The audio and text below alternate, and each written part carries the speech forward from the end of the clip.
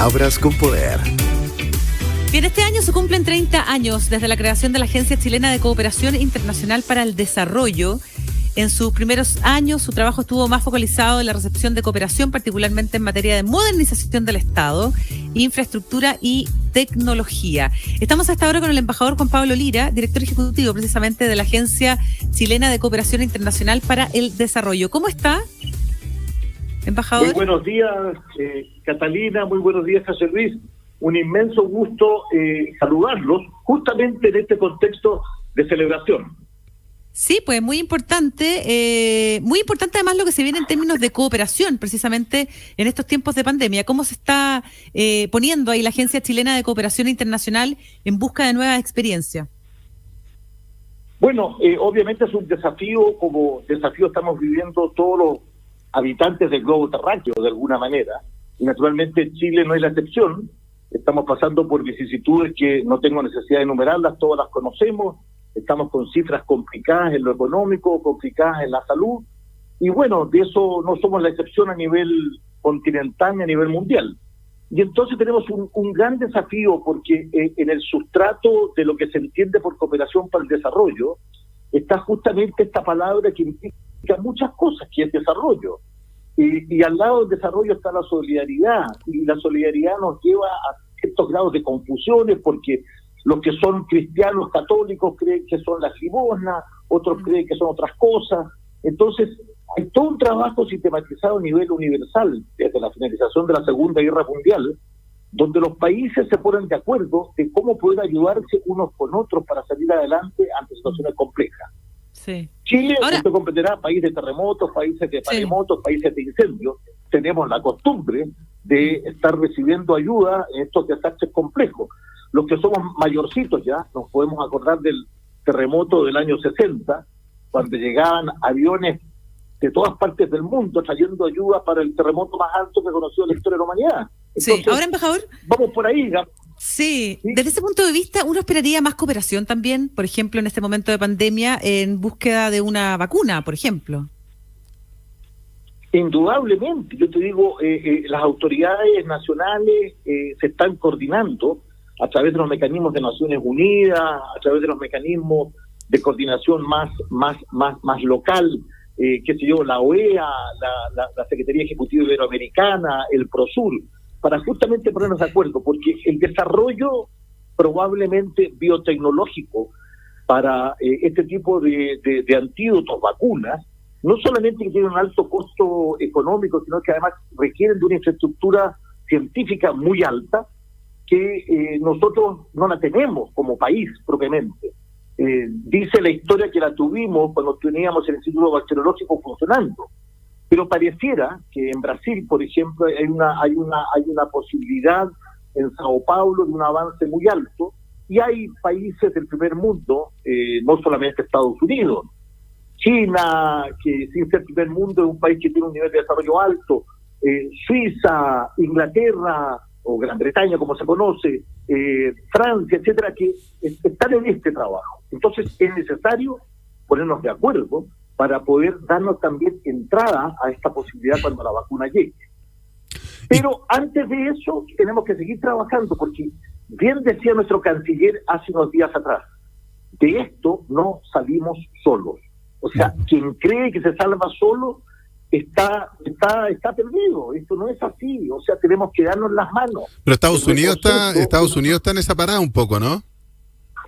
Bueno, imagínate, y el precio que están pagando, José Luis, por esa actitud que podríamos llamarla de distintas maneras, de poco menos creer que allí la pandemia iba a tener una situación de, no sé, de retroceso o de temor de crecer.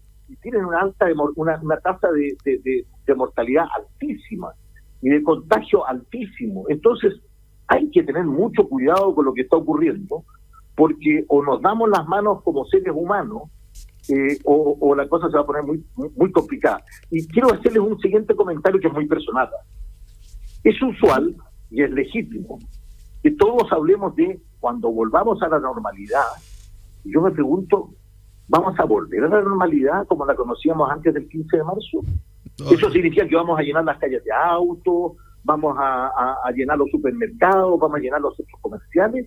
Yo a ratos tengo dudas. Sí. Yo creo que esta es una también oportunidad para ustedes, para mí, para todos los seres humanos.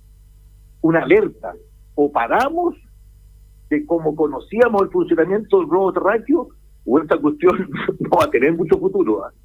Es un pensamiento personal. Sí, está súper difícil, embajador, porque la verdad es que uno no ve en el corto plazo ni en el mediano, o sea, por lo menos en el corto plazo, y corto plazo me refiero a 2 años, una cierta normalidad. Quizá después vaya a saber uno cómo evolucionan estos bichos y cómo también el cuerpo se va adaptando a la realidad de un coronavirus que se pueda llegar a transformar, ojalá, en un resfrío más, digamos, pero no sabemos eso, obviamente.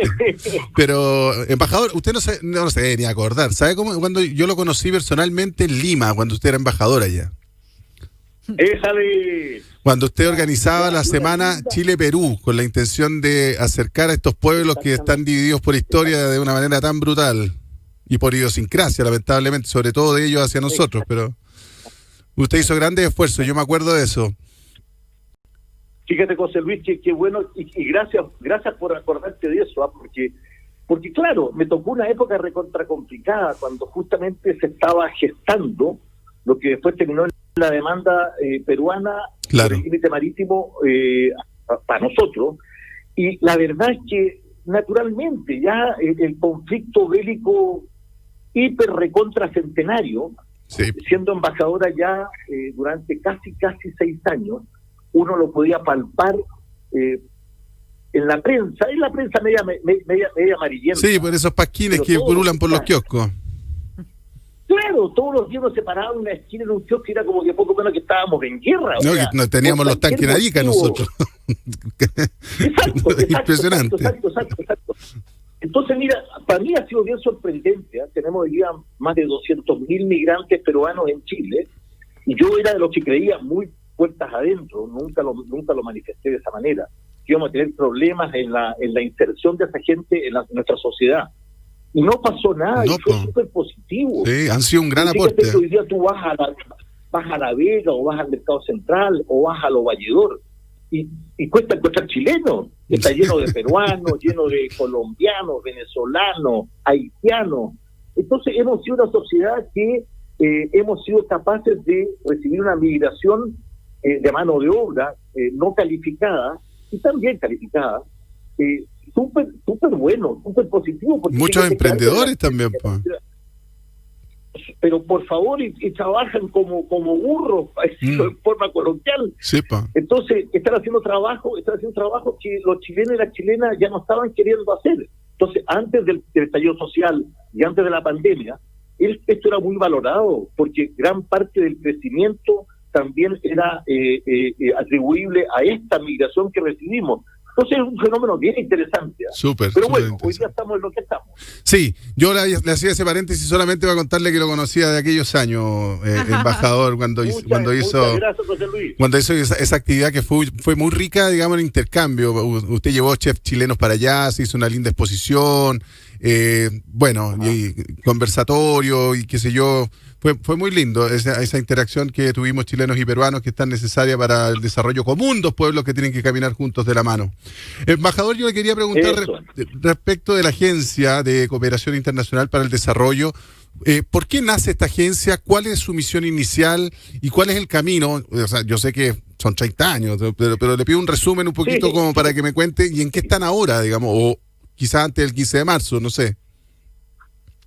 Mira, en dos palabras, José Luis y Catalina, la cooperación en genérico empieza después de la Segunda Guerra Mundial, Plan Marshall, ayuda norteamericana a la reconstrucción de Europa. Dejémoslo ahí. Después viene el proceso de colonización a nivel mundial, década del 60, 70, pasamos de 100 países a ser casi 200 hoy día, y se crean los Objetivos de Desarrollo para el Milenio, los ODM, donde el mundo se fija metas de crecimiento, que es lo natural y lo obvio. Todos queremos mejorar nuestras condiciones de vida. Se obtienen resultados relativamente, digamos, mediocres. Después de eso vienen, desde el año 2015, los Objetivos de Desarrollo Sostenible, al 2030, que tienen que ver con 17 distintos objetivos que van desde las cosas más pedestres, educación, salud, infraestructura, temas de género, de toda naturaleza. Y fíjate que ya el año pasado el secretario general de Naciones Unidas le dice a los presidentes y presidentas del mundo: si no trabajamos de manera más mancomunada al año 2030, tampoco vamos a obtener los objetivos de desarrollo sostenible. Cuando Chile vuelve a la democracia el año 90, se dice que había más o menos 800.000 o 1 millón de chilenos afuera por razones básicamente políticas. Claro. Entonces, retornados a la democracia, mucha de esa gente empieza a regresar al país, y países europeos y países asiáticos empiezan a entregarle ayuda a Chile para que pudiera justamente salir de su nivel de postración en el que se encontraba. No se olviden, 42% de pobreza, 15% de pobreza extrema, carencias en la salud, carencias hospitalarias, carencias en educación. Entonces de ahí viene el proyecto de las 900 escuelas, carencias en infraestructura, muchas carencias. Y las autoridades de gobierno de la época transforman lo que era Odeplan en Mideplan. Y ahí se crea, al lado de Mideplan, o adjunto a Mideplan, o dependiente de Mideplan, la Agencia Chilena de Cooperación, que es básicamente para poder tener un grupo de técnicos que pudieran negociar y coordinar la recepción de la ayuda que venía del exterior, que fueron algunos cientos de millones de dólares, para distintas cosas en distintos aspectos, y que con el tiempo recibíamos cooperación, empezamos a entregar también cooperación, porque empezamos a compartir las buenas experiencias que estábamos teniendo en proyectos de infraestructura, en proyectos de desarrollo social, y también después se empieza a dar capacitación y becas para que vengan extranjeros a estudiar en Chile. En breve, eso es. Y se han obtenido cosas bien interesantes. Por ejemplo, poca gente sabe que el terminal pesquero de Santiago es gracias a la cooperación japonesa. Pocos sabemos que el Parque de los Reyes es gracias a la cooperación española. Oiga, Pocos embajador, sabemos que la industria... Dime. Sí. No, pero qué salvaje, digamos, lo importante. Se nos va el tiempo y yo le quiero preguntar algo respecto de eso mismo. Esas obras que usted menciona, hoy día, por ejemplo, y vuelvo al tema de la vacuna, acceder a la vacuna depende mucho de este tipo de cooperación y del trabajo de la diplomacia chilena. Absolutamente de acuerdo contigo, sí. Porque, mira, el prestigio de los países tiene que ver con muchos factores, por supuesto. Y la cooperación tiene la gran ventaja de ser lo que llaman un soft power, o sea, un poder blando. Cuando tú eres un país que te has comportado amigablemente con los otros países, naturalmente la cooperación y la ayuda viene sola. Tenemos muy pocos recursos para hacer esto, pero no nos olvidemos que somos miembros de la OCDE. Y al ser miembro de la OCDE es porque llenamos ciertas características y somos calificados como país de renta alta, con todos los problemas que tenemos, con todas las cosas que nos hemos dado cuenta de las cuales carecemos desde la explosión social y ahora con la pandemia. Pero tenemos un nivel de desarrollo probablemente más alto que muchos países de América Latina. Entonces nos miran, yo no diría como ejemplo, eso es muy feo decirlo, creernos superiores que el resto, pero tenemos características que nos hacen ser un país donde hemos podido realizar ciertas cosas que han sido positivas. Ahora tenemos que ser humildes, porque perder la humildad se paga cara. Sí. Y en esta fila inmensa que está organizando a nivel mundial para tener acceso a las vacunas, yo creo que nuestros diplomáticos, nuestros negociadores, y en esto la cooperación no está ajena, debemos comportarnos como somos. Un país amable, un país afable, un país receptor de cooperación, pero que también da cooperación.